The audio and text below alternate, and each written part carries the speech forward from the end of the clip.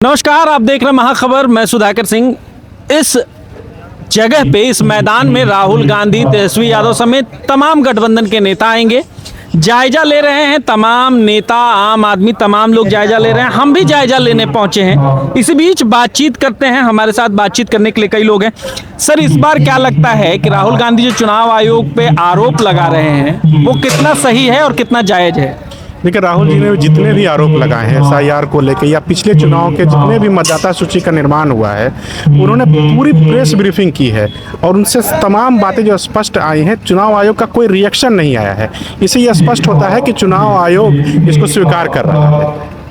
तो भाजपा के लोग ये कह रहे हैं कि अगर वोटरों के नाम कट रहे हैं तो अकेले महागठबंधन के थोड़ी कट रहे हैं, उसमें उनके भी वोटर हैं। पेट में दर्द आपको क्यों हो रहा है? देखिए, पेट में दर्द का बात नहीं है, वोटिंग राइट्स की बात है।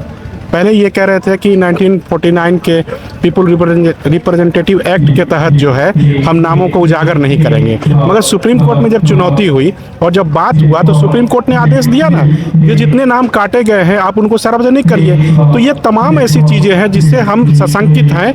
ना केवल कांग्रेस पार्टी देश के जनता के मताधिकार की रक्षा करने की बात कहती है, देश निर्माण की भी बात कहती है। तो ये बहुत महत्वपूर्ण विषय था और ये सार्वजनिक हो चुका है। तो अब 48 घंटे बीतने के बाद जब नया जो नाम कटे हैं उससे कई चीज़ें पता चलेंगे, किनके नाम कटे हैं और क्यों कटे हैं। ये चीज़ें अभी तक आदतन तो था नहीं, तो ये स्पष्ट हो जाए। सुप्रीम कोर्ट के इस फैसले से मनोबल बढ़ा है आप लोगों का? नहीं, हम पहले से ही हमारा मनोबल बढ़ा हुआ है और जो त्रुटियां हैं हम उनकी ही बात कह रहे हैं। और सरकार जो निरंकुश है और चुनाव आयोग के रूप में भाजपा जो है उनको डिफेंड कर रही है, तो ये चीज़ें धीरे धीरे आ रहा है। हमारे पास सुप्रीम कोर्ट जाने के अलावा कोई विकल्प नहीं था। पहले आपने देखा होगा कि हम लोग सड़क पे आए, चुनाव आयोग को हम लोगों ने मिलने की कोशिश की, हमने मेमोरेंडम दिया, तमाम महागठबंधन के सांसद थे, उसमें कोई नोटिस नहीं लिया, कोई जवाब नहीं आया। और एसआईआर को इन लोगों ने जिस तरह से किया है तमाम चीज़ों को, वो पूरा सस्पिशियस था। तभी हम लोगों ने इसके ऊपर इस यात्रा का फायदा मिलेगा। देखिए, बिल्कुल यात्रा का फायदा मिलेगा। राहुल जी पहले भी भारत जोड़ो यात्रा कर चुके हैं और हमेशा जनता के बीच रहे हैं। चुनावी वक्त है तो जनता के बीच जाना ज़्यादा महत्वपूर्ण है, तो हम अपने राइट्स को लेकर जनता के बीच जा रहे हैं।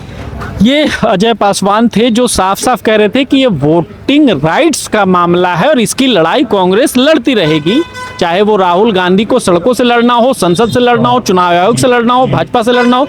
तमाम जो लड़ाइयां हैं राहुल गांधी लड़ते रहेंगे। आप इस बारे में क्या सोचते हैं? हमें कमेंट सेक्शन में जाकर जरूर बताएं। बने रहें महाखबर के साथ। मैं सुधाकर सिंह, धन्यवाद।